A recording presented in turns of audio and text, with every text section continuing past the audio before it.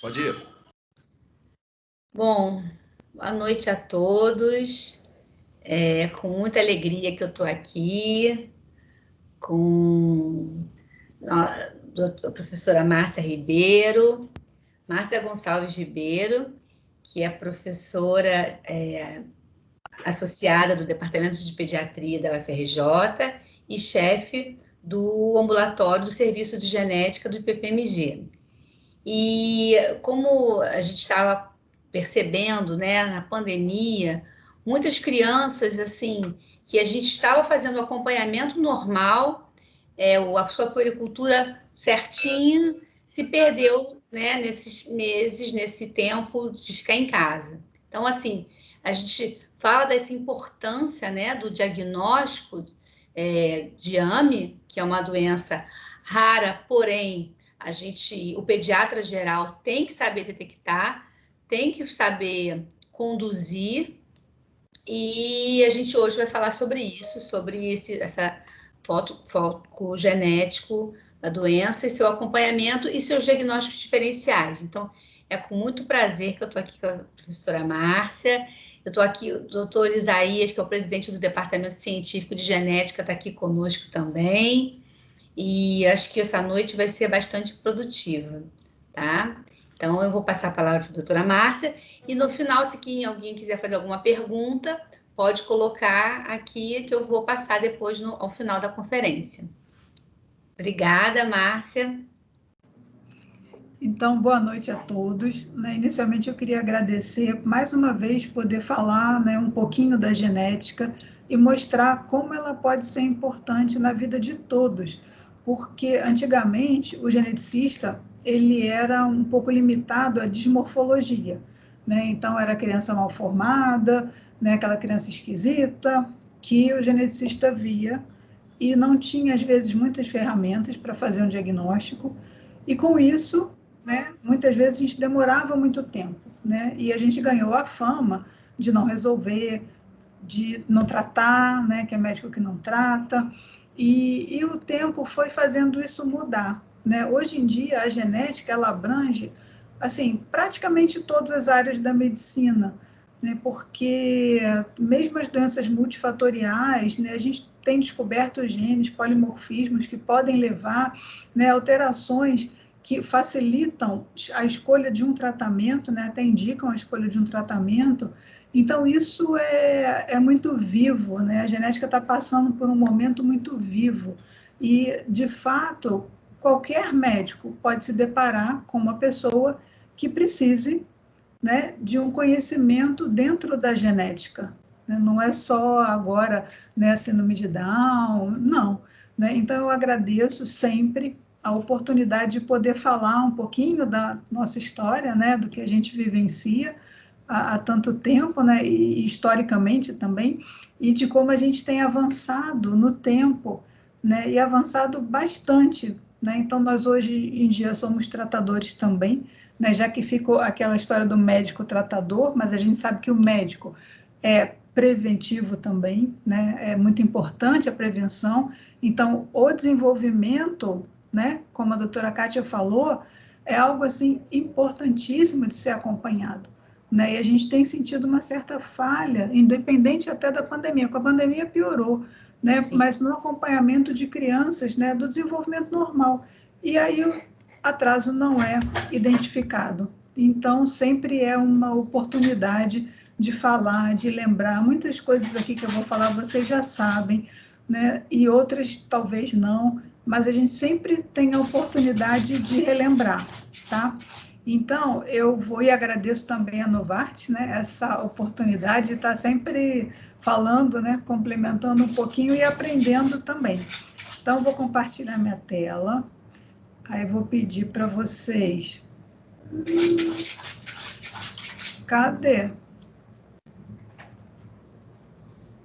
Ah, foi. Foi. Então, deixa eu ver aqui. Pronto, vocês estão vendo a tela cheia? Sim, está muito simples. Ótimo. Eu aprendi hoje, porque eu não me acertava com... Sim, perfeito. Ah, mas ficou tá lindo. Mas Diego me ensinou, Então, hoje a gente vai ter um foco em AME, né, atrofia muscular espinhal, que não é uma doença nova, né? Eu lembro de quando eu era residente, né, alguns pacientes internados com a forma mais grave, né, no caso tipo 1, e só que essa história ao longo do tempo mudou bastante, né? Então isso que a gente vai conversar também um pouquinho e lembrando de outras doenças que podem entrar nesse diagnóstico diferencial, né? Então aqui estão os meus conflitos de interesse e aqui mostrando que o conteúdo dessa aula realmente é um conteúdo científico, a gente não pretende influenciar ninguém, é só realmente trazer conhecimento, né? Então, eu vou começar, né, com um caso clínico ilustrativo, bem simples, né, para a gente poder pensar em cima dele. Então, um menino com 6 meses que apresentou hipotonia desde os 3 meses de idade, né, vista pelo atraso dos marcos motores, mas ele sempre tinha um bom contato visual, ou seja, né, aparentemente tinha uma cognição, né, ele se comunicava com o meio externo, mas hipotônico, né? E também, né, consequentemente, uma pobreza de movimentos espontâneos, aquele neném quietinho. Às vezes as mães falam para a gente, não dá trabalho, meu filho não dá trabalho porque ele fica tão quietinho. Então, quando uma mãe fala isso de um bebê pequeno, a gente precisa desconfiar que tão quietinho é esse, né? Porque criança muito quietinha pode, né, estar mostrando uma coisa que não é a saúde, né, que não é saudável. A fraqueza dessa criança era mais proeminente nos membros inferiores do que nos membros superiores, e uma manobra para a gente olhar, né, para a gente ver, a gente deita a criança na maca, né, assim, de frente para a gente, puxa um pouquinho e deixa dobrar a perninha, né, com a perna pendurada, né, no joelho. E a gente vê que a criança não mexe, né, não exibe um movimento, uma vontade de, né, levantar a perna. Ela tinha, né, uma hipotonia axial e apendicular e os reflexos osteotendinos abolidos. Então, qual seria o diagnóstico, né? Então, antes de falar do diagnóstico, a gente vai fazer um paralelo entre a hipotonia central e hipotonia periférica. Bom, essa criança, ela mostrou sua hipotonia aos 3 meses de idade. Então, teoricamente, nasceu bem, né, e foi evoluir com atraso de desenvolvimento. Então, quais outras doenças, né, ou síndromes, enfim, onde isso poderia acontecer também? Por exemplo, síndrome de Down. O bebê, né, vai ter hipotonia, né, ela acontece em 100% dos casos, só que ela é variável, né, ela pode ser muito importante e ela pode ser leve, a ponto, né, que eu tenho mães que acham, não, doutora, ele faz tudo direitinho, nem precisa de fisioterapia. Precisa, né, porque não é só a coordenação motora, não é só o movimento grosso, né, é o movimento fino também que precisa ser trabalhado. Então, ele pode nascer muito hipotônico, pode não nascer hipotônico demais, né? A ponto de se observar no 3º mês de vida que não sustentou a cabeça e aí vai se vendo que é mais molinho, né? No caso da síndrome de Down, é um caso de hipotonia central, né? Síndrome de Prader-Willi, né? Como que é? É um bebê que pode nascer muito hipotônico. E aquele bebê bastante hipotônico que a gente segura assim, né, em decúbito ventral, que a criança fica, né, ela cai, né, então pode ser bastante hipotônico, também, né, é uma hipotonia de origem central. As hipotonias periféricas, né, têm alguma diferença em relação à hipotonia central, né, como vocês podem ver nesse gráfico, a fraqueza, né, a fraqueza muscular, ela é muito mais importante na hipotonia periférica do que na central. Os reflexos profundos, como esse menino mostrou, ausentes, na hipotonia central, eles podem estar aumentados ou diminuídos. O reflexo plantar, como os reflexos primitivos, de uma maneira geral, na hipotonia central, eles vão estar presentes, né? Mas na periférica não, porque eles vão depender também, né, do músculo que está lá no final, e aí eles não ocorrem. O impulso para sentar, né, vai estar prejudicado nos dois, mas na hipotonia periférica, né, dependendo da intensidade, a gente vai observar muito mais. E a massa muscular, né, vai ser atrofiada bastante, diferente da hipotonia central, que pode não haver atrofia, né, no bebê com síndrome de Down, a gente não vê atrofia, né, pode estar atrofiado assim depois de algum tempo, em outros casos, né, em síndrome de Down é bem difícil, né, no não, porque com o tempo isso vai, né, eles vão adquirindo melhora no tônus e vão sair dessa parte da hipotonia, às vezes até mesmo sem estimulação. E um outro diagnóstico diferencial que eu queria falar ainda dentro da hipotonia central é a doença de Pompe, que é a glicogenose tipo 2, que é uma criança realmente hipotônica, mas o que chama atenção, além dessa hipotonia, é a cardiomegalia, né? Na forma clássica da doença de Pompe, que é a forma mais grave que a gente precisa diagnosticar rapidamente e fazer o tratamento, né? Então, eu sei que vocês têm esse conceito em mente, né? O diagnóstico precoce é sempre bom, é sempre melhor. Agora, nas doenças que têm tratamento, ele é essencial, porque a gente consegue tratar precocemente e muitas vezes mudar a história natural da doença, melhorando significativamente a qualidade de vida nessas crianças, né?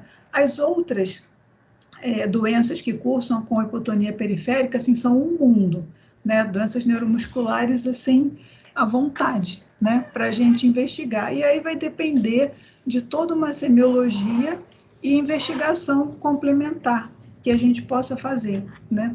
Na AME, já que a gente está falando disso, a musculatura facial, ela não é tão atingida, ela pode ser mais, né, mais para diante, não precocemente, mas outros quadros de distúrbios musculares periféricos já tem comprometimento facial.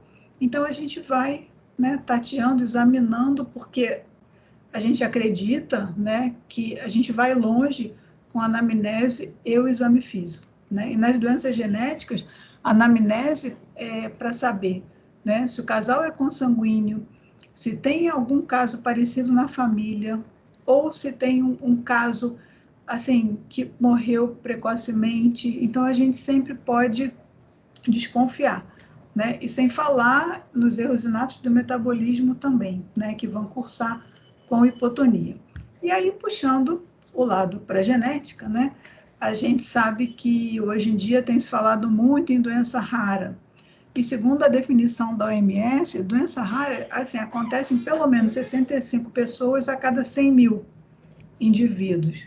E se estima que em todo o mundo, né, existam 350 milhões de pessoas com doenças raras e 13 milhões no Brasil. 80% dessas doenças raras são de origem genética, né? E aí o que deu um up realmente na genética nesse momento, que se fala muito, se passou a falar muito em doença rara. Agora, infelizmente, um percentual razoável, né, falece, porque muitas vezes são doenças mais graves, né? Então, 30%, né, falecem antes dos 5 anos de idade. Então, por isso que a gente precisa procurar, né? E principalmente quando tem tratamento, tentar fazer esse diagnóstico mais precocemente possível. Porque doença rara é assim, ninguém conhece a fundo, né, que está ali no dia a dia, vendo, né, mais o feijão com arroz, é difícil para todo mundo, até para o especialista. Mas não esperem, né, para poder perguntar para um colega, para poder discutir um caso, né, porque uma boa discussão de caso pode dar muitas dicas, né, do que a gente tá precisando. Lá na genética mesmo, um fala com o outro, discute, mostra, né, e as famílias ficam assim, nossa, mas quanto médico, né? Mas assim, tem um grupo que vai e vê, porque às vezes você tem uma ideia que o outro não tem, né? E aí, falando da atrofia muscular espinhal, né, eu já falei que é uma doença neuromuscular, né, de caráter periférico. Ela é causada, né, por uma deleção ou mutação no gene da sobrevida do neurônio motor 1. Então, vamos lá, né, se esse gene tem esse nome, é porque ele realmente atua na sobrevida do neurônio motor, né? Então, isso é realmente bastante importante. A AME, ela é uma doença rara, né? Mas dentro das doenças neuromusculares pediátricas, ela não é rara, né? Ela é bem comum e é bem plausível que vocês já tenham visto algum caso, né? Ou estejam acompanhando algum caso nos consultórios, nos hospitais, né? E quem já viu, né, sabe, né, do tipo 1, que é o tipo mais frequente, né, acontece em 60% dos casos, é uma doença devastadora. A destruição neuronal, ela é muito rápida, né? Ela acontece maciçamente nos primeiros 6 meses de vida. Então, por isso que realmente a gente precisa fazer o diagnóstico rapidamente, né? Porque a gente sabe que o neurônio ele tem uma vida longa, né? Ok, né? Mas ele também não é substituído, né? Então, se acaba aquele, acabou, né? E se a gente sabe que tem uma destruição muito rápida, né? Eles se morrem, né, muito depressa nos 6 primeiros meses, aí realmente precisa, né? Então tem toda a campanha das associações de AME que fala quem tem AME tem pressa. E essa frase é assim muito verdadeira, de fato, né? Tem pressa porque está acontecendo, né? E muito rapidamente, né? Então por isso que se coloca é uma doença devastadora e realmente fatal, porque, né, sem o tratamento o que a gente tem, né? Tem uma sobrevida de mais ou menos 2 anos de idade, né? Então, realmente, eles falecem muito cedo, né? Então, só para lembrar as características clínicas, né? A fraqueza é proximal, essa fraqueza muscular, mais importante nos membros inferiores do que nos membros superiores. As fasciculações de língua são típicas da AME tipo 1, né? Vocês vão ver, né? Agora num filminho. A cognição é normal, então a criança olha para você, né? E algumas que já estão em estágio avançado, né? Todas, né, sem movimento, mas existe uma comunicação no olhar, né? Então um colega meu me pediu uma opinião numa criança, né? Só que essa criança já tinha 4 anos de idade. Ela tinha um quadro muito típico de AME, né? Aqui a gente está falando AME 5Q, menos. Depois eu vou explicar. Que tem outros tipos, né, de atrofia muscular espinhal. Mas esse específico, né, tem todas essas características e é realmente o mais frequente. E aí ele disse, mas essa criança tem, assim, muita característica. E eu pedi o exame, né? Na verdade, ele não tinha pedido. Ela já tinha feito o exame alguns anos antes. Eu falei, me mostra esse exame. E aí, né, é o exame de NLPA, né, que vocês lembram que lá estava lá, deleção, mutação, para ver a deleção. E no gene SMN1. E ela tinha 3 cópias do gene SMN1 normal, nós temos 2, né, sem deleção, sem nada. Então eu falei, isso não é diagnóstico de AME, pelo menos a AME que a gente, né, tem tratado, tem falado, né, pode ser que seja outra, né, e aí eu fiquei, mas 3 cópias, né, então eu nunca tinha visto, realmente nunca tinha visto isso. Eu fui perguntar para o pessoal do laboratório, e aí a equipe me falou, não, a gente fez, refez, e a gente tem os controles, né? Todo laboratório tem seus controles. E, de fato, tinha uma pessoa lá, normal, sem nada, que tinha 3 cópias do SMN1, né? Do gene SMN1. Então, muito interessante isso, né? Então, assim, sempre vivendo e aprendendo. Mas ele falava isso da criança, que ela olhava, né? Que ela acompanhava com o olhar.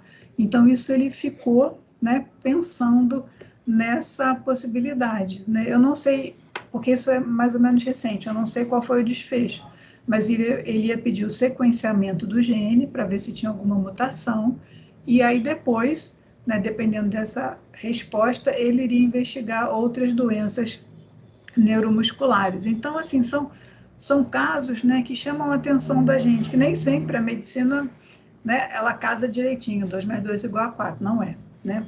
E um outro dado importante é a respiração paradoxal, pela fraqueza da musculatura respiratória, né, que pode ocorrer.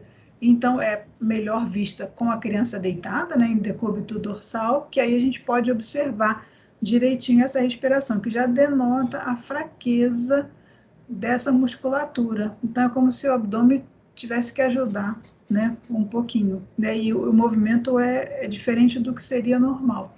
Então, aqui, só para ilustrar, né, o comprometimento proximal, tanto de membros superiores como de membros inferiores, e eu ressalto aqui a musculatura paraespinhal, tá? Que ela também pode exibir fraqueza, e aí com isso vem a escoliose, né? É algo que a gente pode observar nas crianças. Então, aqui, né, são os movimentos mioclônicos de língua, né?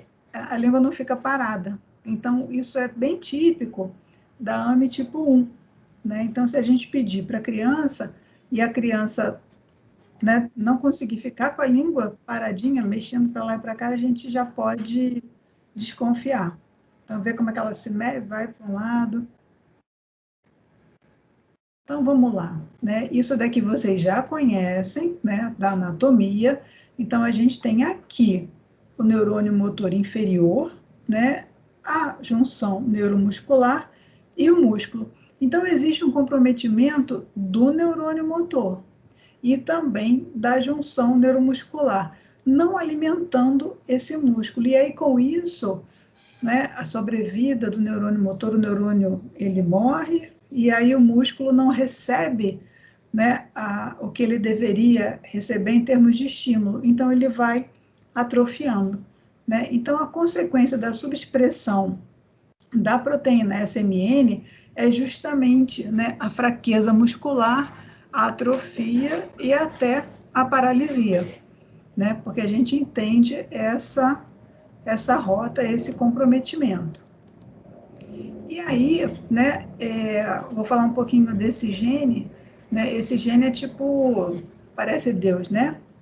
Ele é onipresente no neurônio, então ele está tanto no citoplasma, tanto aqui no axônio, está no núcleo, então ele está em diversos lugares. E a produção, né, da proteína, a expressão dessa proteína, ela é muito alta, muito importante nos primeiros meses, na vida intrauterina e nos primeiros meses de vida. Então, vocês percebam que é tudo muito vivo logo no início da vida. Então, um problema nela, né, ela está lá, né, mas está subexpressa, então isso vai ter uma consequência bastante importante, né? Então, por isso é que tudo acontece tão rapidamente. E o neurônio, ele fica, né, com uma degeneração assim que é progressiva e vai à morte e o comprometimento muscular. Então, a perda de função muscular, depois que ela começa, ela é muito rápida, realmente, né? Como eu falei, a perda progressiva da função motora e alguns efeitos sistêmicos são sentidos, sim, secundariamente à degeneração dos neurônios pela subexpressão da proteína SMN, que é da proteína de sobrevida do neurônio motor, né? Então, a linha do tempo da AME, ela não é uma linha assim muito longa, né? Aparentemente não, apesar de ter começado, né, no final do século XIX, que foi a descrição inicial, né, que seria da AME tipo 1, a mais grave, né, e depois, com o tempo, né, foi descrita uma forma tardia. Dubovitz fez a classificação, que acrescentou a forma intermediária, e em 1995 foi descoberto o gene SMN1. Então, se desvendou, né, assim, algum mecanismo fisiopatogênico dessa doença, né? Bom, a gente sabe que tem um defeito no gene, sabe que de uma maneira geral é uma deleção, né? E aí o que a gente vai fazer com isso, né? A princípio, por enquanto, na época, nada, né? Só se montou realmente um consenso para atenção aos cuidados que essa criança, né? Essas crianças necessitavam para melhorar a qualidade de vida, né? E aí veio o advento, né, de fazer uma assistência ventilatória melhor, uma assistência nutricional, a fisioterapia, enfim, né, todo um tratamento necessário, mas ainda não curativo. E em 2016, quer dizer, 21 anos após, né, porque nisso a gente acha que isso é rápido, né, não demorou muito, foi aprovado o primeiro tratamento específico para a AME, em 2019 já a terapia gênica, né? E agora, assim, tanto o primeiro tratamento, que foi no Cinerceno, a terapia gênica, elas foram aprovadas pela Anvisa também, tá? Sendo que no Cinerceno foi anterior, lógico que a terapia gênica terminou os estudos depois, mas terapia gênica foi agora em 2020 e junto com outro medicamento que eu vou falar também, que foi aprovado. Então, é bom ter mais de uma droga para tratar uma doença, né? Porque a gente tem outras opções caso o que a gente deseja não possa ser indicado, né? A criança tem alguma contraindicação. Então, como eu falei, a doença é rara, né? E como ela é rara, é facilmente compreensível um diagnóstico tardio. Então, isso a gente precisa mudar, né? No tipo 1, que é o tipo mais grave, né, esse artigo de 2015 coloca como 4 meses de atraso no diagnóstico. Então, mas 4 meses não é muito, mas para a progressão dessa doença é muito, né? É muito tempo. Né? No tipo 2, no tipo 3, eles colocam como 1 ano de demora no diagnóstico, né? Então, no tipo 2, quer dizer, você sempre vai perder, né? O ideal é reconhecer o mais precocemente possível, mudar esse gráfico, né? Para mudar a história natural da doença. Então, eu não lembro se eu falei da incidência, né? 1 para cada 10 mil nascimentos, e sendo que a AME tipo 1 é 1 para 6 mil, né? Então, como eu falei, 60% do grupo todo, né? De morte infantil é a causa genética mais comum. Então, como eu falei, né, na pediatria, nas doenças neuromusculares pediátricas, a AME não é rara, né? Então, quem trabalha com neurologia infantil, quem acompanha, né, um hospital universitário, com certeza já viu mais de um caso, né? Não tem preferência por sexo e nem por raça. É uma doença autossômica recessiva, então a gente precisa de uma mãe portadora e um pai portador. Quando o casal fala, nós somos primos, acende uma luz da desconfiança. Pode ser que seja alguma doença genética, pode ser que não, mas até onde provem o contrário, vamos procurar, né? Então, a gente sabe, né, que nessa roda de chances, de probabilidades, o casal tem 25% de chance de ter uma criança comprometida.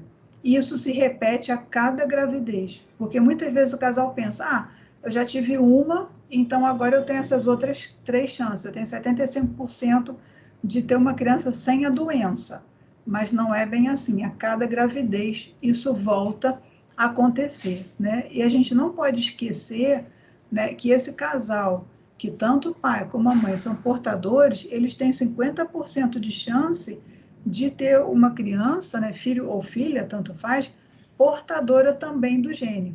Então, para toda a irmandade, vamos supor, de uma criança afetada, né, em termos de doença autossômica recessiva, a gente recomenda, né, evitar casar com primo, com prima, com gente da mesma família, porque os genes eles estão circundando entre as famílias, né? Inclusive os recessivos, todo mundo tem gene recessivo, todo mundo tem. A gente não sabe quais, né? Só vai saber nos filhos, às vezes nos netos, né? Com essa passagem. Mas no caso antigamente, né, no aconselhamento genético, a gente só podia falar isso, não, evita casar com primo, com prima, alguém da família. Né? Hoje em dia não, a gente já caminha um pouquinho mais, porque a gente já pode saber que alteração genética tem, né? Dependendo da condição do casal, a gente pode fazer um diagnóstico pré-implantacional e aí escolher criança sem a doença, porque realmente essa doença ela é muito triste. Então vamos lá, 95% dos casos é por conta dessa deleção, nos dois lados, né? Essa deleção homozigótica, nos dois lados, e 5% por mutações. Né? Porque aí é a outra história, lembra da menina, né? Daquele caso que não é AME, mas que o médico vai procurar no sequenciamento ver se tem alguma mutação, algo que justifique nesse gene, depois ele vai abrir para um painel maior. Né? Então vamos lá, qual é a história aqui? Já apareceu outro gene aqui, SMN2. Então, como é que é? Esses genes são genes muito parecidos. Eles estão numa região do cromossomo 5, né, no braço longo do cromossomo 5, que é uma região muito repetitiva. Então, né, saiu um gene meio repetido, parecido com SMN1, mas ele não é igual. Né? É como se fosse uma cópia mal feita, né, na história, que não consegue gerar uma proteína funcional. Então, aqui o gene SMN1 está aqui, maravilha, sintetizando toda essa proteína, ok, funcionante. Aqui, o gene que a gente pode chamar de reserva, ele não consegue, porque ele tem, né, uma alteração, uma troca, né, de 2 nucleotídeos, que aí com isso ele passa a não ler um exon, que é o exon 7. E aí ele não produz uma proteína boa, né? E aí o que acontece aqui? Mas eu estou vendo aqui, né, num paciente com AME, que ele não tem essa produção, mas tem 2 genes SMN2, né? Como é que é essa história? Um gene, 2 genes? Então, esse gene se chama de reserva e ele atua no prognóstico da doença porque ele produz pouco, mas consegue produzir alguma coisa. Então, ele pode ajudar no prognóstico. Então, teoricamente, quanto mais cópias, mais um pouquinho de proteína que é produzida. E aí, a partir daí, que a gente começa a entender e diferenciar os tipos de AME. Né? Não existe uma relação totalmente direta. Uma cópia é isso, 2 cópias, mas tem grande probabilidade, sim. Então, vamos lá. Aqui está o cromossomo 5, o braço longo, né, na região 13. Então, aqui foi amplificado esse pedaço. Então, aqui está o SMN2 e aqui está o SMN1. Tá? SMN1 com os exons, aqui os exons são os quadrados ou os retângulos, que são as porções que são lidas, né? E aí, a partir dessa leitura pelo RNA, é feita a proteína. Então, ok. O que o RNA mensageiro ele faz? Ele vai pegando só os exons, ele ignora os introns e junta. Por isso que aqui está todo um bloquinho, né? Está tudo juntinho, ótimo, certo. Né? Então, esse fenômeno que ele junta os exons e ignora os introns e tira, é chamado de splicing. Tá? Então, esse aqui é o splicing, ele junta todos os exons e vai tirando, porque ele vai lendo, né? Só lê o que interessa, porque o exon é a porção codificante de um gene. Muito bem. Então, está aqui o SMN1, né, em toda a sua extensão. Quando ele tem essa deleção, né, aí não vai produzir a proteína funcionante, né? Vai produzir uma proteína truncada, instável. Né? Aqui a gente vê que ela tem 294 aminoácidos e a truncada tem 282. Né? Tá aqui faltando, né, o 7. Então, problema. O SMN2, né, a gente vê que ele é bem parecido, só que aqui tem aquela troca. Lembra que eu falei da troca do nucleotídeo? Então, com isso aqui, com essa troca, na hora que vem o RNA mensageiro, ele está vindo aqui, está juntando, está juntando. Aí chega aqui, ele não vê, ele pula. Então, ele faz um splicing alternativo, ele junta o 6 já com um pedacinho do 8. E aí é justamente a proteína truncada, que ele produz naturalmente, porque ele é diferente. É uma cópia, sim, a grosso modo, mal feita. Né? Então, como eu falei, número de cópias, né? Aqui numa pessoa normal, a gente tem, né, o SMN1 e o SMN2. Isso é o esperado. Na AME tipo 1, aqui a gente tem a deleção e aqui 2 cópias do SMN2. Então, alguma proteína eles vão produzir, mas é bem pouco. Então, o quadro é mais grave. Né? No tipo 2, que o quadro é menos grave, a gente pode contar com mais cópias. E no tipo 3, mais ainda. Né? Mas, como eu falei, não é uma matemática exata. Né? Então, vamos lá. Na AME tipo 1, 73,4% dos pacientes têm 2 cópias do SMN2. Mas tem paciente também que tem uma cópia e tem paciente que tem 3 cópias. E é classificado clinicamente como AME tipo 1.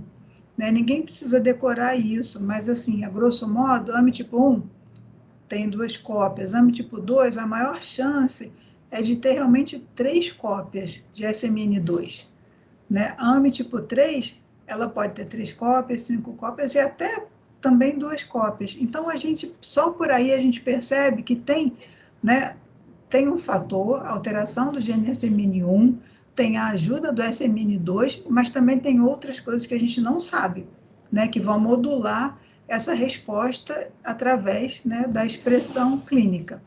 E aí, esse outro gráfico também é bem legal, que é qual a probabilidade de desenvolver AME tipo 1, 2 ou 3 com base no número de cópias, né? Então, quem tem uma cópia tem grande chance de desenvolver AME tipo 1. Quem tem 2 tem grande chance de desenvolver AME tipo 1 também, né? Quem tem 3 cópias tem grande chance de desenvolver AME tipo 2. E aqui 4, aqui não é tipo 12 não, gente, é tipo 3, tá? Que saiu 12, mas é tipo 3.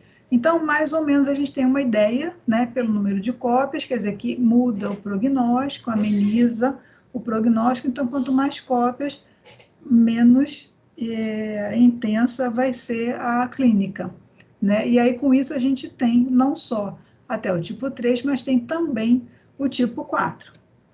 E aí, como foi feita, né, essa classificação na prática clínica, né? Eu gosto muito dessa tabela, né? Então, vamos lá. Existe um tipo de AME, que é o tipo pré-natal, que pode ser chamado de 1A ou 0, né? Que é um quadro muito grave, a criança falece intraútero ou logo depois que nasce. Então, a sobrevida até 6 meses até é muita, né? A criança não adquire nenhum marco de desenvolvimento, ela tem uma falência respiratória, né, diplegia facial. Lembra que eu falei que os músculos da face poderiam ser acometidos mais lá para frente? Mas não, aqui já tem comprometimento da musculatura facial. Então, quer dizer, mostra a importância, né, desse acometimento. E a artrogripose, por quê? Porque a hipotonia é tão importante, a atrofia é tão importante que a criança nasce com as articulações já todas, né, comprometidas. Então, é um diagnóstico diferencial também a artrogripose. E já foi vista também alteração cardíaca, né, como ventrículo único, né, hipoplasia de ventrículo. Então, também, né, mostra que não é só o neurônio, tem alguma coisa a mais além, né, do comprometimento, é mais importante no neurônio, mas tem mais alguma coisa. O tipo 1B ou C, né, aí ele está dentro do tipo 1, aquele que tem uma sobrevida até 2 anos de idade, né? Tem 2 cópias do gene SMN2, né? Aqui na pré-natal pode ter uma, né, de uma maneira geral também. O tipo B tem o início de 0 a 3 meses, um C de 3 a 6 meses, tá? Isso é uma classificação didática, mas a gente tenta, né, jogar, entender, né, classificar, né, colocar o paciente numa categoria para a gente poder ver o que vai fazer, né? A sobrevida marca 2 anos, como eu falei, e eles podem sustentar a cabeça, mas vão perder isso, né? E nunca vão sentar sem apoio. Apresentam as fasciculações de língua, que são bem típicas, a respiração paradoxal e a sucção débil. Então, quer dizer, já atuou, né, já atingiu outra musculatura também, além, né, da parte da musculatura proximal. Na AME tipo 2, o início é mais tardio, né, de 6 a 18 meses, 3 cópias de uma maneira geral, a sobrevida vai além de 2 anos, as crianças sentam, mas não andam. Então, quer dizer, né, tem 3 cópias, mas ainda é muito ruim o prognóstico, né? Elas desenvolvem escoliose, né, pela fraqueza da musculatura paravertebral, e também tem o tremor, né, no tipo 2 e no tipo 3. O tipo 3, né, já é uma criança que vai deambular, depois ela perde, né, o fato de deambular, mas ela deambula. E esses tipos, 2 e 3, né, e até o 4, eles são marcados assim, por uma perda mais importante inicial, depois uma estabilização, e momentos onde existe como se fosse uma agudização, né, momentos com uma perda maior, né, e aí para naquele patamar, né, e aí vai e depois cai de novo, né? Então, nunca, assim, né, é uma doença onde a gente vai esperar um final feliz, digamos assim, né? O tipo 4 é bem raro, né? 1% de todos os casos de AME tem, né, teoricamente, uma sobrevida normal, mas não livre de eventos, né? A gente precisa saber isso. Então, aqui, como é um bebê com AME tipo 1, a gente vê que ele olha, depois ele vai olhar ali, né, mas o pediatra pegou, puxou, né, a cabeça pesa, não tem tônus cervical, né, ele olha, dá um sorrisinho, acho que a mãe deve estar do lado, né, mas ela não tem força para sustentar a cabeça, e ele volta. Aqui, o tipo 2, né, então essa menina seria esperar dela sentar, né, ali ela só está andando com auxílio de órtese, né, então realmente esse tipo de tratamento é bem interessante, ele não resolve a atrofia, mas ele dá uma qualidade de vida para a pessoa, né, para a criança, né, poder se mexer, explorar, né, e para a família também. E aqui o tipo 3, né, que vocês vão ver, né, como a dificuldade, né, para sair do decúbito dorsal para ficar sentado. Então, vê como existe a fraqueza, né, da musculatura paraespinhal, né? E aí ela vem toda se apoiando, né? Então, assim, é tipo 3, tem início mais tardio, mas realmente não é algo assim tão bonzinho, né? Então, vamos lá, né? Essa probabilidade de sobrevida. Então, naturalmente, a AME tipo 1 tem uma probabilidade muito pequena, né? As crianças morrem muito no início da vida. A AME tipo 2 já é melhor. E a AME tipo 3, teoricamente, né? Até 50 anos você pode manter uma sobrevida normal. Mas, como eu falei, não livre de eventos, né? Para diagnóstico, o que a gente tem? Né? Sempre teve a biópsia muscular, eletroneuro, dosagem de CPK e teste genético molecular. Hoje em dia, a gente começa pelo teste genético, né? Por quê?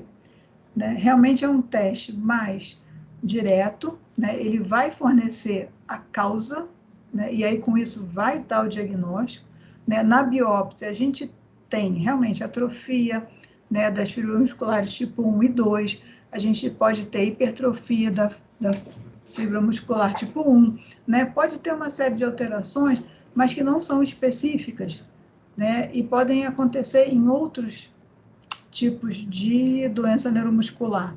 O mesmo acontece com a eletroneuromiografia, né? Onde a gente tem um quadro de denervação, mas que também pode acontecer, e ela realmente não é muito específica. Tem um artigo muito interessante da professora Alexandra, ele é de 2005, que fala das dificuldades do diagnóstico, né? Naquela época, né? 2005, então, vamos lá, 15 anos, né? Então, é bacana ler, né? Como que eles separaram os pacientes, como eles estudaram e as conclusões que eles chegaram, né? Então, é muito, muito legal. E a dosagem de CPK, a gente não vai esperar uma dosagem muito alta, né? Ela aumenta 2 a 4 vezes o valor normal. Então, tudo isso fica, né? Nada específico, mas o teste genético, ele realmente é específico. Então, como é que a gente diagnostica? Vocês não precisam se preocupar, né, nisso tudo que está escrito, né? O que é o mais importante? Que exame que a gente vai pedir? Né? Vai pedir a técnica de LMPA, que essa técnica, ela identifica tanto perda quanto ganho, né? E é baseado num estudo assim mais específico realmente do que, por exemplo, o PCR, que também pode ver, mas MLPA ela é mais específica, né? Tem uma sensibilidade, especificidade maior. Então, a gente vai pedir MLPA dos dois genes, SM1 e SMN2, porque no SMN1 ela vai ver a deleção, e no SMN2 ela vai ver o número de cópias. Então, por isso é importante os dois. No caso da gente não achar nada, ou achar alteração de um lado só, em um alelo, a gente vai para o sequenciamento, né? Então, é isso que a gente precisa saber. MLPA dos dois genes e depois a gente vai desdobrar se precisar. Então, lembrando daquele caso anterior, né, qual seria o diagnóstico? Né? Veio esse resultado aqui, no LMPA, deleção em homozigose no gene SMN1, né? E aí confirma, né? Então tá, atrofia espinhal. Ok, agora vamos lá, SMN2, 2 cópias. Então, confirmou AME tipo 1, né? Baseado nesse resultado e na clínica do paciente. Então, não é uma interpretação difícil, né? Só o laboratório precisa fazer certinho. Então, mediante a suspeita de atrofia muscular espinhal, a gente pode partir para o PCR ou MLPA, né? De uma maneira geral, é MLPA mesmo, né? Vamos lá, o PCR, achou a deleção em homozigose, AME, ok. Né? Se não tem deleção, PCR não achou, a gente vai para o MLPA. Então, por isso, para poupar tempo, vamos para o MLPA direto, né? Aí o MLPA não viu cópia nenhuma de SMN1, diagnóstico de AME. MLPA viu uma cópia, quer dizer, tem deleção em um alelo. E o outro alelo, né? Como é que eu posso saber? Vou para o sequenciamento, que pode ter uma mutação de ponto, e aí com isso eu posso fechar o diagnóstico. Ok, mas ainda tem mais. Se no MLPA a gente tem 2 cópias do SMN1, quer dizer, normal, né? Como aquela criança, tinha 3 até. Né? E aí, o que fazer? Dependendo da clínica, né, a gente vai dizer não é AME ou vai partir para o sequenciamento. Então, foi isso que ele fez, né? Partiu para o sequenciamento, mas ainda não me deu o retorno, qual foi o resultado. Né? Nesse momento, talvez já esteja perto de ter o resultado. Então, é isso que a gente faz. Mas o que a gente espera mais, né, dentro do diagnóstico, né, então vamos falar das necessidades não atendidas, é um ponto do diagnóstico bem mais cedo. Né? Aqui está diagnóstico precoce, mas depois eu vou falar do diagnóstico bem precoce, ainda no momento assintomático. Então, vamos lá. A história natural, como eu falei, né, da AME tipo 1, a tendência é, né, o óbito até 2 anos de idade. Então, aos 20 meses, a gente tem 8% de sobrevida. Então, realmente é muito pouco, né? Então, eles vão caindo, né? Então, é uma doença progressiva, muito agressiva. E aí, o que eles acabam precisando, né? Suporte ventilatório, 5 meses de idade, suporte nutricional, 6, 7 meses. Então, é tudo muito complexo, né? Eles realmente precisam de uma atenção multidisciplinar, né? E isso, infelizmente, não muda a condição do músculo, né? E aí volta, né, para trazer a nossa lembrança o atraso diagnóstico, o quanto que a gente tem de responsabilidade nisso, né? Então, quais as causas desse atraso? Né? Primeiro, não reconhecer, né, o que é uma hipotonia, o que é um atraso. Hoje em dia a gente sabe da nossa realidade nas clínicas da família, né? Quem faz a puericultura, né, dificilmente é o pediatra, que nem tem pediatra na clínica da família, né? A criança é acompanhada pela equipe da enfermagem, que não está pronta, né, para reconhecer, acha que tem um momento mais lá na frente, né, que pode ser, né, cada criança tem seu tempo, então vamos esperar, mas não tem seu tempo, existe uma escala de desenvolvimento, onde realmente a gente tem, né, maleabiliza, né, tem que atingir o controle no 3º mês, mas pode ser até o 4º, enfim, né, mas tem, né, tem um momento da aquisição daquele marco. Então, não dá para ficar achando. Então, a gente já recebeu criança com 7 meses, assim, hipotônica, que a mãe falava, não, mas ela está, inclusive, cianótica, né? Não, mas ela tá roxinha assim porque ela tem pouco peso, ela vai ganhar peso, isso vai melhorar. Só que ela não ganhava peso, continuava cianótica e hipotônica.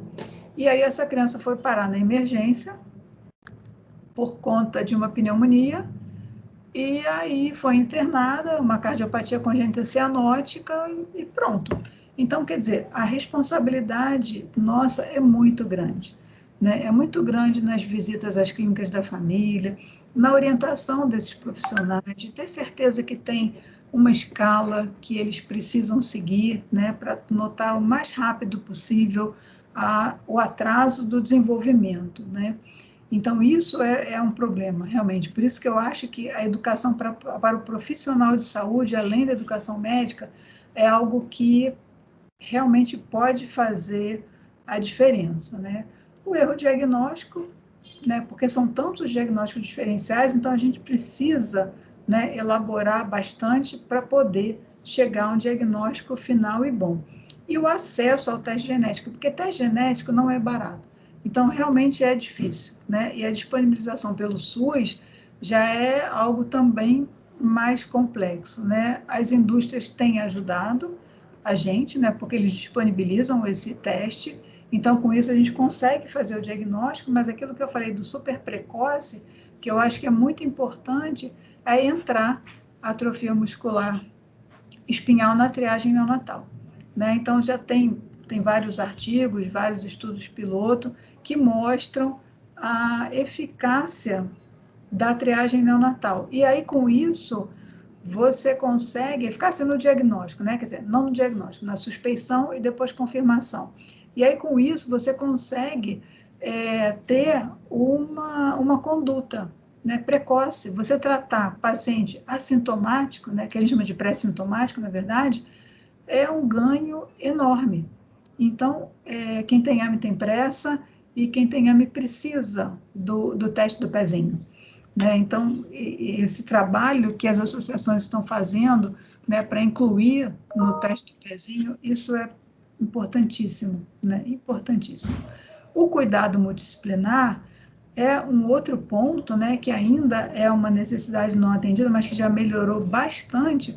Mas vocês imaginem a equipe, o tamanho da equipe.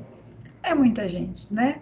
Tem o neurologista que acaba, depois do pediatra, ele vai e pega esse paciente, né? Então, o pediatra, na verdade, ele vai orquestrar esse grupo todo, né? Existe o cuidador, o enfermeiro, a enfermeira, que vão ficar ali, lado a lado, o nutricionista, o gastroenterologista e também o nutrólogo, né? Para melhorar o aporte calórico e a maneira dessa criança se alimentar, os fisioterapeutas, fonoaudiólogos, terapeutas ocupacionais, enfim, para atuar nessa criança, né, para manter a vida do músculo, o ortopedista, o fisiatra, né, fazendo cirurgia, aplicando botox, fazendo órtese, enfim, né, o que for necessário, o pneumologista pediátrico, que é muito importante, e, por fim, né, o não menos importante, o geneticista para fazer o aconselhamento genético dessa família, né, que precisa realmente ser informada e não é fácil entender, né, que pode acontecer de novo. Genética é uma coisa que fica muito no imaginário, né, é algo que não é concreto, então fica difícil de perceber, né, mas vocês podem ver que só com os cuidados multidisciplinares, a diferença na sobrevida, aqui, crianças nascidas entre 80 e 94, aqui de 95 para 2006, onde foram instituídos os cuidados, né, que teve aquele consenso. Então, olha a diferença. Então, isso já mudou muito, e a gente pode mudar mais. Isso não mudou a função motora, né, porque ela continuou caindo, né, aqui é uma avaliação pelo Shopping Entende, né, que vai ver essa parte, né, dos marcos motores, né, o quanto que a criança pontua, né, criança com homem não pontua além de 40, muito difícil, e aqui, ó, vai caindo, né, então ajuda muito, né, mas ainda precisa de mais, né. E aqui falando em consenso, tem o último consenso de 2018, depois quem quiser, né, ver, é bastante interessante, né, que é interessante que eles classificam que isso vai mudar, né, as crianças do tipo 1, que são aquelas que não sentam, o tipo 2 e o tipo 3 que perderam a marcha são os que sentam, e o tipo 3, que está no momento que ainda anda, são os que andam, né, os walkers. Então, vale a pena dar uma lida nesses dois artigos para vocês verem o quanto de necessidade de cuidado que existe, né? E isso vai mudar, né? Mais um pouco já vai sair outro consenso por conta das novas terapias e terapias específicas, né? Então, vamos lá. Aqui, né, é um pipeline que tem 23 drogas. né? Então, como é importante, né? Eu falei de ter a diversidade, porque às vezes a gente quer uma, mas não dá, o paciente tem reação, então tem que fazer outra, né? Quero fazer Esperança, mas, né, tem uma escoliose importante, não consigo acesso, né, porque é intratecal. Então, é muito importante isso estar acontecendo de forma bastante rápida, né? Então, eu acho que está de acordo com a gravidade da doença, né? Precisa desenvolver rápido para a gente poder tratar, né? Então, aqui dentro de um horizonte, né, atual e futuro também, o que que a gente tem, né? Então, vamos lá. A terapia gênica, baseada no DNA, tem a estratégia desses medicamentos baseados no RNA e a estratégia de um ativador muscular. Então, vamos lá. A terapia gênica, né, ela vai tratar a raiz do problema, ela não vai curar, mas ela vai tratar, ela vai levar um gene lá, né, normal, para produzir a proteína. Né? Esse gene é levado por um vetor, é um vetor viral. Então, ele chega, né, a aplicação intravenosa, ele tem, né, até um tropismo pela célula nervosa, então ele vai lá, né, e é aplicado uma vez. Né? Então, tem um alcance do tipo 1 a 3. Na bula, né, ela pode ser usada até 2 anos de idade, para quem tem 2 ou 3 cópias. Né? Então, a gente pega AME tipo 1, tipo 2, pode pegar tipo 3 também, mas precisa aplicar até 2 anos de idade. Né? As estratégias baseadas no RNA, a ideia é aumentar a proteína, enganando o splicing. Né? Vocês lembram que o RNA mensageiro vem lendo, aí como tem um problema no exon 5, ele pula e continua. Então, essa estratégia do RNA, o que ele faz? Ele meio que engana, ele esconde esse defeito e aí o RNA ele passa e lê, consegue ler o exon 7, né? Então, a nusinercena, que foi a primeira aprovada, é uma estratégia antinucleotídeo, e aqui o branaplam e o risdiplam são umas moléculas pequenas. O risdiplam, ele foi aprovado agorinha, né? Tem 2 semanas. E ainda de molécula pequena, ativador muscular, que é independente da proteína, né? Ele atua no músculo. Aqui, esses 2 medicamentos são de aplicação, né? Oral, de administração oral, e adquirem a via sistêmica. O que não é sistêmico, precisa ser injetado, né, no sistema nervoso, é a nusinercena, que é de aplicação intratecal, que precisa de 4 doses de ataques, depois uma a cada 4 meses. Né? A terapia gênica é uma vez só, e as outras moléculas pequenas vão sendo, né, uma vez por semana, uma vez por dia, enfim, né, a posologia que for. Então, aquilo que eu falei de enganar, né, essa alteração, né, você tem aqui, né, uma substância que entra, então permite a leitura, então você vai, né, produzir uma proteína funcional, tá? Então é isso que essas estratégias de RNA fazem, né? Então já foi aprovado pela Anvisa, né, não vou nem falar FDA, mas pela Anvisa, né, prolonga a sobrevida, realmente melhora a função motora. A desvantagem é, assim, a administração, que é intratecal, e você precisa repetir. Então, precisa ter um centro cirúrgico, um anestesista, então é mais uma aplicação mais complexa, né? Então, aqui, as duas, Branaplam e a Risdiplam, né, são as moléculas pequenas de uso oral, que também, né, enganam o splicing, né, para produzir maior quantidade da proteína SMN. Né? E o ativador muscular, que é o independente, né, ele vai diminuir a taxa de liberação de cálcio das fibras musculares, e com isso, né, você tem um desempenho muscular melhor. Né? Então, essa daqui ainda está em andamento mesmo, né? Essa ainda não foi liberada, não.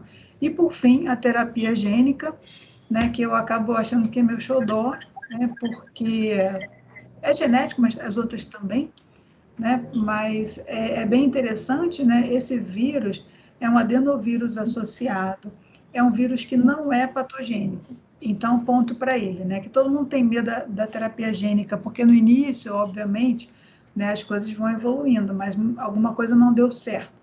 Então, mas já se trabalha muito tempo com terapia gênica, né? Então, de uma maneira geral, né, a parte da replicação viral, a parte imunogênica do vírus, e quando o vírus é patogênico, a parte patogênica, isso é tudo retirado, os genes responsáveis por isso são retirados.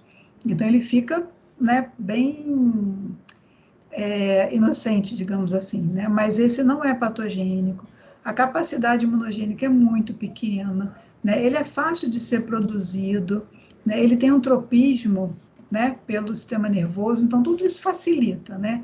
E aí, como é que arrumaram ele, né? Aqui vai o transgene, né, que é o gene humano lá, modificado. Quando ele chega, né, ele entra pela corrente sanguínea, chega no neurônio, ele já chega, é muito interessante, porque ele é autocomplementar.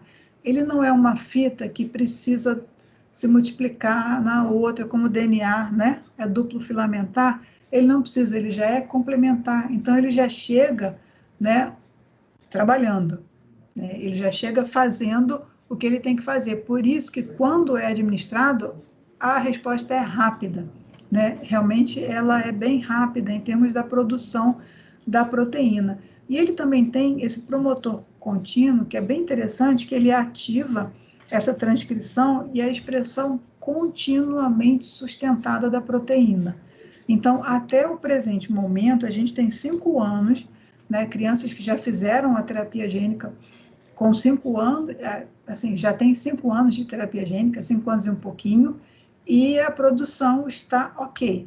A produção da proteína está mantida, né? Na hemofilia tipo B, já temos 8 anos.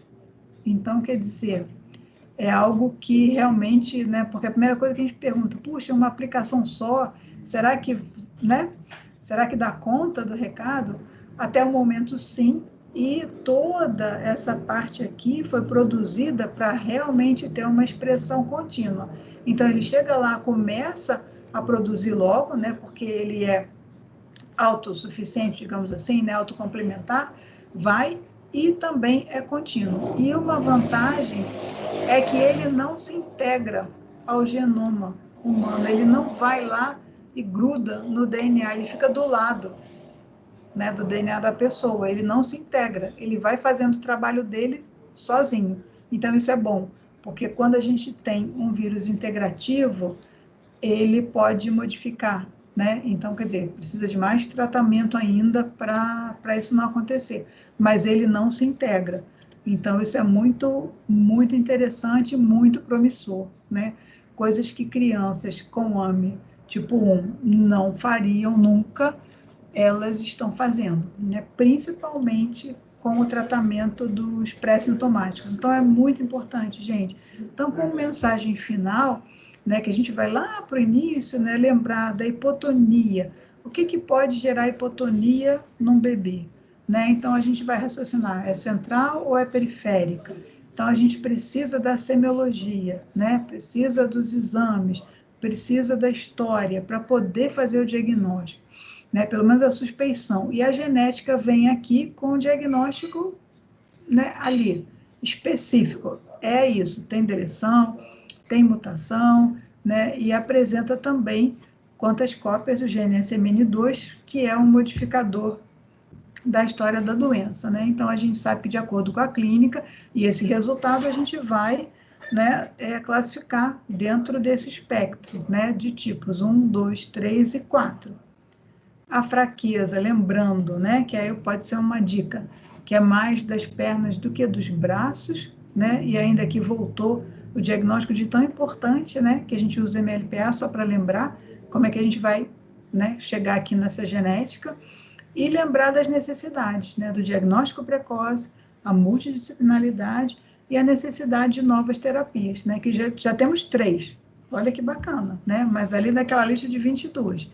Então, ainda temos mais o que alcançar, inserir essas terapias no SUS, né? Então, a gente já sabe que o PCDT para a nusinercena é uma realidade, né? Então, enfim, são tratamentos caríssimos, mas, né, o que vale, né? É aquela coisa do cartão de crédito, né? Não tem preço, né? Para a família não tem preço. Ver o seu filho que você sabia que ia morrer com 2 anos, ele andando, não tem preço. né? Então, é isso que a gente precisa ter em mente, né? E trabalhar para diagnosticar precocemente. Então, eu queria agradecer mais uma vez, né? E deixar à disposição de vocês, se vocês precisarem de algum artigo, alguma coisa, é só solicitar. E agora eu estou aqui, né, à disposição para perguntas, espero poder responder, né? Se eu não puder, vou ler primeiro para depois poder. E agora vai chegar a hora de eu tirar esta aula. Vamos lá, voltar para cá. Não. Pronto, voltei. Olha, excelente aula. Acho que aprendemos bastante. E a doutora Márcia, ela consegue transformar uma coisa complexa numa coisa mais simples, né? Que a gente consegue fazer o encadeamento do pensamento. Bastante, assim, generosa ao dizer que o geneticista aí é o não tão importante, mas é sim importante como a gente precisa, né? E realmente a Sociedade Brasileira de Pediatria, ela luta para que o pediatra esteja lá na ponta, esteja lá na base para fazer esse diagnóstico precoce e, como você mesmo falou, né, Márcia, caso o pediatra não esteja lá, a equipe esteja treinada, né, esteja habilitada a diagnosticar, a detectar aquela criança que está com hipotonia, ou como você falou mesmo, mais quietinha. E eu fico tão bacana, eu fico tão feliz, porque, assim, genética é uma coisa, assim, encantadora, né? Que muitas pessoas, assim, meio terror para estudar na época da residência e tudo mais, mas que como evoluiu, né? Como evoluiu a doença mesmo, o tratamento, o diagnóstico, e realmente, para aquela família que o filho já estava assim, no primeiro momento, assim, até não conseguindo andar, essa volta, essa caminhada é uma mudança muito grande na qualidade de vida dessa criança, né? Eu queria chamar o Isaías, não sei se ele está nos ouvindo, se ele pode também fazer algumas considerações. Isaías, que é o nosso presidente Estou aí do aqui. departamento. Estão me ouvindo?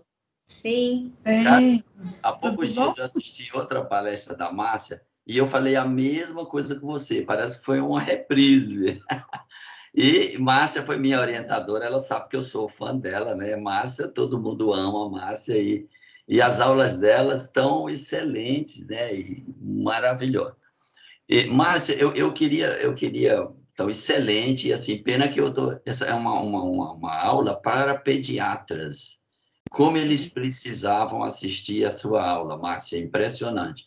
Porque uma coisa que eu observo na minha prática, e que eu já estou ficando muito irritado às vezes, é com a tolerância do pediatra para o atraso do desenvolvimento. Então, isso que a Márcia, cada um tem seu tempo, quer me ver irritado, diga isso para mim, porque então eu sugiro não aguardar um dia. Notou atraso?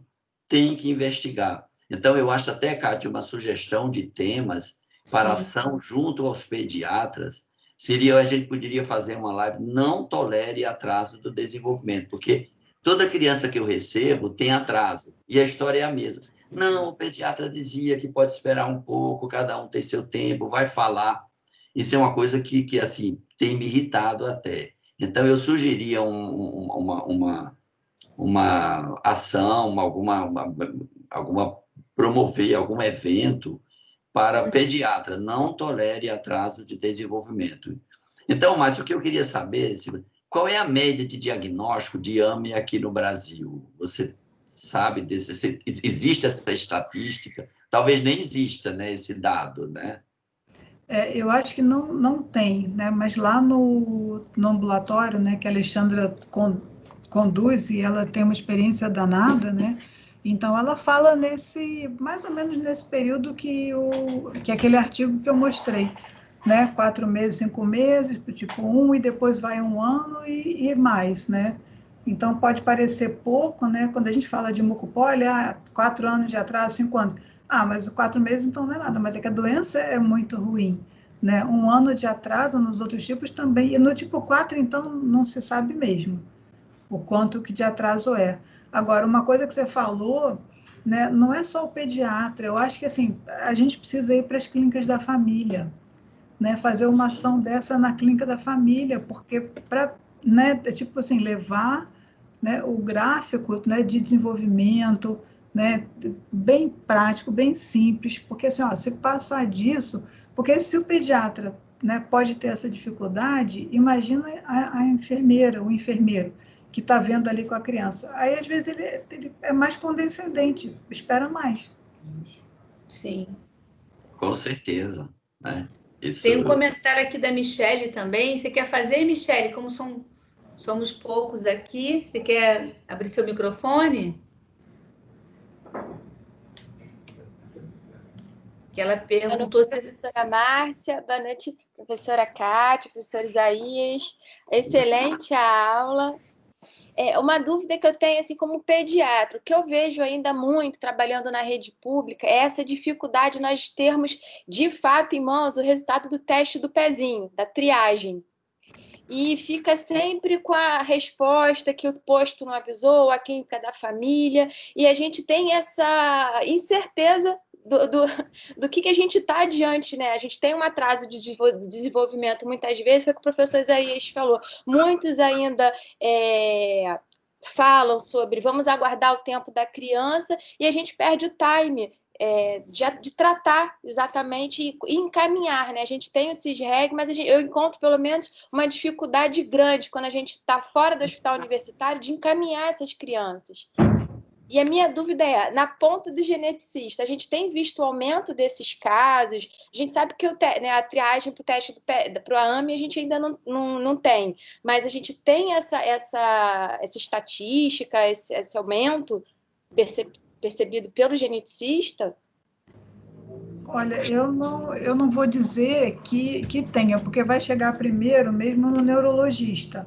Mas pelo que eu tenho ficado sabendo, né? Ah, uma criança está correndo atrás do tratamento, não sei o quê. Tem umas 4 ou 5 fazendo cena no hospital, né? E 2, uma que ganhou, né, o tratamento, a terapia gênica, e outra que está concorrendo. Então, é aquela coisa, a gente começa a ouvir daqui e dali. Então, eu acho, assim, graças a Deus, que não é que tenha aumentado a incidência, mas eu acho que, de alguma forma, tem diagnóstico sendo feito mais precocemente, sim, mas não é ainda o ideal, eu acho, mas não sei de estatístico, não. Márcia, se você considerar a incidência de 1 para 10 mil, a gente está deixando de diagnosticar muito, porque essas crianças, provavelmente, o pediatra não pensa, às vezes demora para chegar na neuro e a criança pode morrer antes de pensar no diagnóstico. Sim, então, sim. eu acho que, pelo número de casos que nós temos, a gente está perdendo muito o AME, porque não se pensa em AME, normalmente, o pediatra, eu acho assim, não é habitual pensar. Então, e principalmente na clínica da família. Então, eu acho que ações da pediatria na clínica da família seriam necessárias. Por exemplo, sua aula, uma mensagem importante é que o pediatra tem que entender que ele não tem muito tempo. Toda criança hipotônica tem que considerar AME. Então, às vezes as pessoas pensam em cria do Chagas, pensam em AME também, isso é importante. E mais, outra coisa, o CK é um exame muito simples, e que eu acho que ele poderia...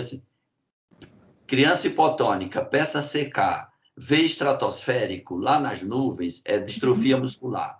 V no nível 2 vezes, 3, pensa em AME. Eu acho que é uma boa, porque CK é muito simples.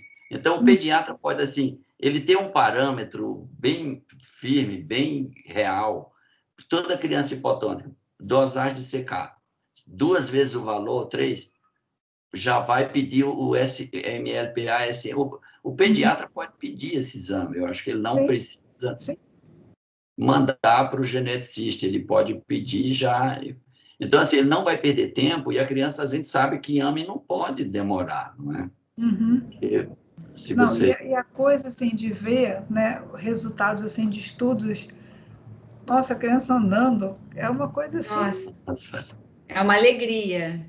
Eu acho que é uma emoção enorme, porque, assim, no sítio, eles ir andando, né, aí é demais. É, Sim. é demais, realmente é demais. É muito legal, muito legal. É uma coisa comovente mesmo. Acho que nós temos assim que a gente pode tirar também da pandemia é que a ciência assim vai sair vencendo e ganhando, né? E eu acho que essas pesquisas todas de uma maneira geral elas só engrandecem aí nosso arcabouço de tratamentos, né? Como você falou no início, né, Márcia, que antigamente o geneticista fazia diagnóstico, agora o geneticista também está tratando, né? Isso Quando é muito fazia, bacana. assim, É muito bacana. Bom, então eu acho que não temos mais nenhuma pergunta. Não sei se a Alessandro quer falar alguma coisa. Eu quero agradecer imensamente a Novartis por ter nos dado essa oportunidade de conhecer um pouco mais sobre terapia gênica. E eu quero dizer, Isaías, fique tranquilo que realmente, assim, você sabe que a Sopeste, a Consopeste sempre prestigia a genética. Então, tem gente que fica até com Márcia, ciúmes, porque tem Márcia, sempre genética, né? você não sabe Então, a felicidade nossa agora com o prestígio que a Kátia dá para a genética, né? Então, assim, eu nunca vi isso antes. A gente é muito feliz e eu sempre falo parabenizar a Kátia, que ela está fazendo uma administração maravilhosa, super ativa, divulgando e promovendo eventos espetaculares. Mais uma vez, Kátia, ela sabe disso, meus parabéns. obrigada. Você quer falar alguma coisa, Alessandro? Então, boa noite a todos, né? Obrigado aí pela presença de todos aí nessa maravilhosa aula da doutora Márcia, que eu sou apaixonado por tudo que ela fala. Então, pensando nesse momento que vocês estão conversando, e a doutora Márcia até falou, o doutor Isaías falou também, da importância do diagnóstico precoce e do exame para realmente fechar o diagnóstico, né? E a indústria, a Novartis, sabendo essa dificuldade de conseguir o exame para as crianças, a gente está hoje, a doutora Márcia sabe disso, a gente está distribuindo esses exames de MLPA, que é um exame extremamente importante para fechar o diagnóstico. Eu tenho em minha posse alguns exames, alguns kits de exame, inclusive eu já deixei alguns com a doutora Márcia. E aí, doutora Kátia, eu deixo à disposição da Sociedade Brasileira, da Sociedade de Pediatria do Rio de Janeiro, alguns kits de exame, de caso vocês queiram ficar, e se algum médico de repente, porventura, suspeite da doença, já vai ter o kit na mão rapidamente para poder fazer esse exame. E porque a gente fala que, como a doutora Márcia falou, quem tem ama e tem pressa, a gente não pode demorar muito para que seja feito o diagnóstico. Isso não quer dizer nada que a Novartis está fazendo isso por conta do nosso produto, não tem nada a ver com isso. É uma ação que a gente está fazendo justamente para que nenhum bebê fique para trás com a doença, né? Então, a gente disponibilizou já alguns kits para alguns hospitais públicos, inclusive para o IPPMG, e eu posso disponibilizar também para a Sociedade de Pediatria do Rio, caso vocês tenham interesse, entendeu? Ah, que maravilha. Não, temos sim, porque nós temos contato direto com tanto com o PPMG, quanto o Figueira, quanto o FRJ, né? O ERJ, enfim. A gente pode, o UF, com certeza. A gente Obrigada. não tem uma quantidade assim muito grande, mas a gente tem uma quantidade que dá para atender, obviamente, caso necessite. Então eu fico à disposição caso vocês precisem, tá, doutora Kátia? Fica à Eu vontade. faço contato, pode deixar. A gente divulga, né, Isaías, no Departamento Científico de Genética. Com certeza, estou à total disposição. Pode divulgar e precisando, a gente fica à disposição também para poder doar esses kits. Como a doutora Márcia falou, é um exame importante e caro, né? O SUS, infelizmente, ainda não libera esse tipo de exame, mas a gente está conseguindo ajudar com esses exames aí, tá bom? Tá bom, obrigada. Quero agradecer mais uma vez a presença da doutora Márcia, pela disponibilidade, pela aula maravilhosa, generosa. Isaías, pelos comentários e a todos que estiveram presentes. E falar que essa aula realmente vai estar a partir de amanhã ou depois, né, Diego? Já no nosso site. E a gente pode falar para os nossos residentes, nossos alunos assistirem também. E o pediatra geral, como o Isaías ressaltou, né? Amanhã já deve estar disponibilizado, já devo passar o link. Tá. Alessandro, muito obrigada. Em nome da Soperd, da diretoria da Soperd, eu agradeço também a colaboração, a parceria. Tá? Ótimo. Eu que agradeço. Joia. Boa noite, então. Talvez.